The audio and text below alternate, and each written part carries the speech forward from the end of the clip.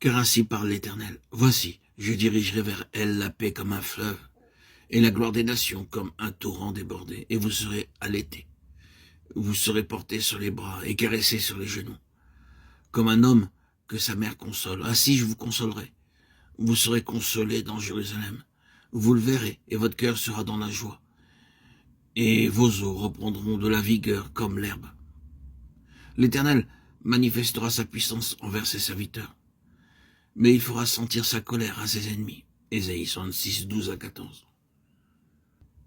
Notre paix et notre joie seront rendues parfaites, toutes nos souffrances seront oubliées, et nous serons abondamment récompensés de nos souffrances et de nos épreuves passées. Notre paix sera comme une rivière, et la gloire de Dieu coulera comme le cours d'un fleuve. Assurément donc, même sur cette terre, nous pouvons monter sur des lieux élevés, car nous sommes formés pour être sa possession éternelle. Et tous ces glorieux desseins s'accompliront pleinement, tandis que nous l'acceptons et que nous lui obéissons. Celui qui vaincra héritera ces choses. Je serai son Dieu, et il sera mon fils. Apocalypse 21, 7. Dieu se lève une compagnie de personnes appelées les vainqueurs. Ils doivent supporter de grandes épreuves et des fardeaux douloureux. Mais Dieu, dans son plan, désire les faire bénéficier d'une grande faveur dans son royaume et leur donner bien plus que tout ce qu'un homme peut espérer ou imaginer. Il désire que nous soyons tous des vainqueurs. Il est très clair que la promesse d'hériter toutes choses, Apocalypse 21, 7, est destinée à ceux qui vaincront. Dieu désire leur donner non seulement toutes choses de l'ancienne création, mais aussi de la nouvelle. Beaucoup de personnes ne savent pas ce qu'est vraiment le salut.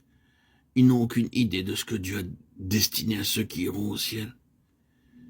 Quel héritage grand, éternel, spirituel et glorieux est réservé dans le ciel pour ceux qui vaincront. Sans tenir compte de cela, même sur cette terre, ils seront les instruments que Dieu utilisera pour vaincre le diable et le couvrir de honte. C'est un grand privilège et un honneur d'être de tels instruments dans la main du Seigneur. Dieu a prévu que nous soyons ses partenaires et ses collaborateurs pour accomplir ses desseins éternels. Certains se sont demandé pourquoi Dieu n'a pas puni Satan le jour de sa rébellion.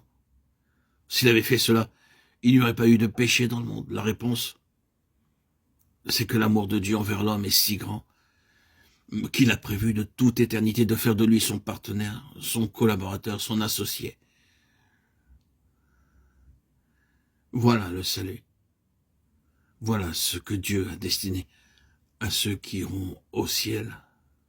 Voilà quel sera leur héritage éternel lorsqu'ils vaincront